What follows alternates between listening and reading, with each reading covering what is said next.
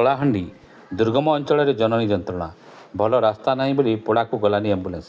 ଝିଆରୀ, ଦିଅର ଓ ସ୍ୱାମୀଙ୍କ କାନ୍ଧରେ ଷ୍ଟ୍ରେଚରରେ 1 କିମି ବୁହା ହେଲେ ପ୍ରସୂତି ମହିଳା। କଳାହାଣ୍ଡି ଜିଲ୍ଲା ଲାଞ୍ଜିଗଡ଼ରେ ପୁଣି ଜନନୀ ଯନ୍ତ୍ରଣା। ଆଦିବାସୀ ଅଧ୍ୟୁଷିତ ଲାଞ୍ଜିଗଡ଼ ବ୍ଲକ ବିଜେପୁର ପଞ୍ଚାୟତ ବାତେରପଡ଼ା ଗାଁର ମାଝିପଡ଼ାରେ ଦେଖିବାକୁ ମିଳୁଛି ଏଭଳି ଏକ ଅଭାବନୀୟ ଘଟଣା। ଏହି ପଡ଼ାରେ ଦୀର୍ଘ 40 ବର୍ଷ ଧରି ଆଦିବାସୀମାନେ ରହୁଥିବା ବେଳେ ରାସ୍ତା ଗୋଟିଏ ନାହିଁ। ଜଣେ କୁଟିଆକନ୍ଦ ମହିଳା ସୋମବାର ରାତି ସାରା ପ୍ରସବ ଯନ୍ତ୍ରଣାରେ ଛଟପଟ ହୋଇ ସନ୍ତାନ ଯନ୍ତ୍ରଣା କରିଥିବା ବେଳେ ସ୍ୱାସ୍ଥ୍ୟାବସ୍ଥା ଗୁରୁତର ଥିଲା। ଆମ୍ବୁଲାନ୍ସ ଯୋଗାଯୋଗ କରିଥିଲେ ମଧ୍ୟ ପଡ଼ାକୁ ପହଞ୍ଚି ପାରୁନଥିଲା। ଫଳରେ ପ୍ରସୂତିକୁ ବୋହିବାକୁ ପଡ଼ିଥିଲା 1 କିଲୋମିଟର।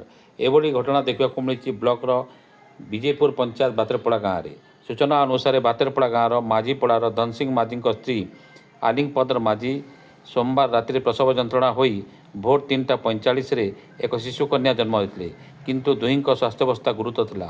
ଆଶାକର୍ମୀ ସତ୍ୟଭାମାଙ୍କ ଯୋଗାଯୋଗ ପରେ 102 ଆମ୍ବୁଲାନ୍ସ ପହଞ୍ଚିଥିଲେ ସତ, କିନ୍ତୁ ଖରାପ ରାସ୍ତା କାରଣରୁ ପଡ଼ାକୁ ଯାଇପାରୁନଥିଲା।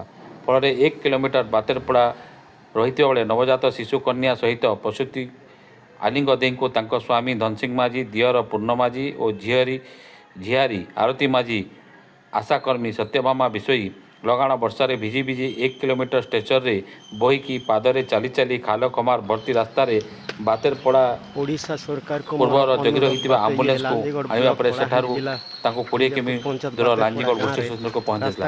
ତେବେ କଳାହାଣ୍ଡି ଜିଲ୍ଲାରେ ବାରମ୍ବାର ଏଭଳି ଘଟଣା ଦେଖିବାକୁ ମିଳିଛି।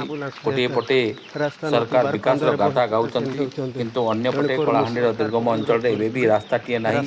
ଫଳରେ ବାରମ୍ବାର କେତେବେଳେ ପ୍ରସୂତି ମହିଳାଙ୍କୁ ବୋହିବାକୁ ପଡ଼ୁଛି ତ କେତେବେଳେ ଶବକୁ ବୋହିବାକୁ ପଡ଼ୁଛି।